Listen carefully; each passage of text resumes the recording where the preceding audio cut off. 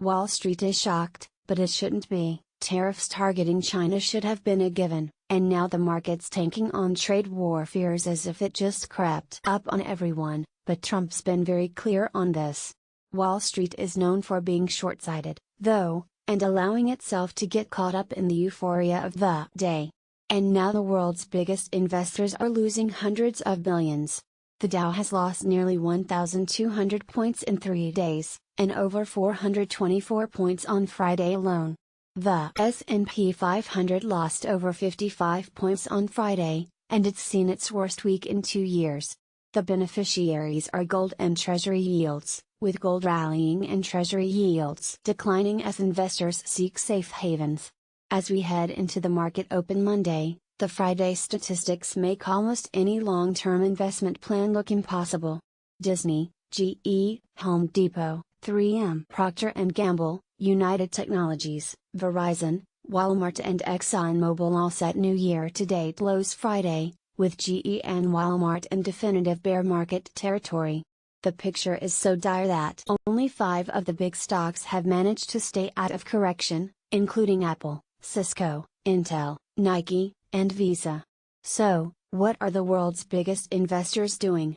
Right now they're losing big. Since January, according to Bloomberg, the combined wealth of the 500 wealthiest people in the world has fallen by $436 billion, while the combined wealth of the top 5 has fallen by $34 billion. The biggest loser since the beginning of the year has been Mark Zuckerberg, of Facebook fame, who lost $7.71 billion since January, with $2.18 billion of that just last week. Even without trade war fears, it's been a week of horrors for Facebook, and the bad news continues to compound.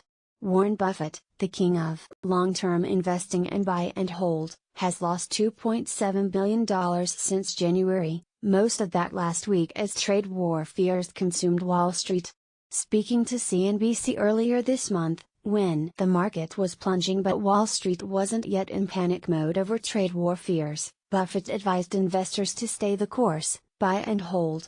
Buffett, who was worth $87 billion until recently, is a long-term investor, and isn't easily scared away by the politics or economics of the day. Don't watch the market closely, the money is made in investments by investing, and by owning good companies for long periods of time. If they buy good companies, buy them over time, they're going to do fine 10, 20, 30 years from now. And it's good that Buffett wasn't watching because his Berkshire Hathaway is one of the biggest victims of Trump's steel and aluminum tariffs. The conglomerate of over 60 companies includes a hefty portfolio of manufacturing and industrial holdings, all of which will be hit hard by tariffs. Amazon CEO Jeff Bezos, the richest man in the world, worth $125 billion even now, lost $3.83 billion last week, but year to date, he's up $25.6 billion. He's not panicking. Instead, he's out taking his robotic dog for a walk, secure in the knowledge that he made $107 million a day last year. Amazon's stock was down over $49 on the Friday close, but it's still widely viewed as a raging bull. And while the rest of the world's billionaires are losing hundreds of billions in wealth, Bezos appears to be immune to it all. He's not the only one who's up year to date, but he's up over $20 billion more than the few on the list who aren't in the red. This article originally appeared on oilprice.com here.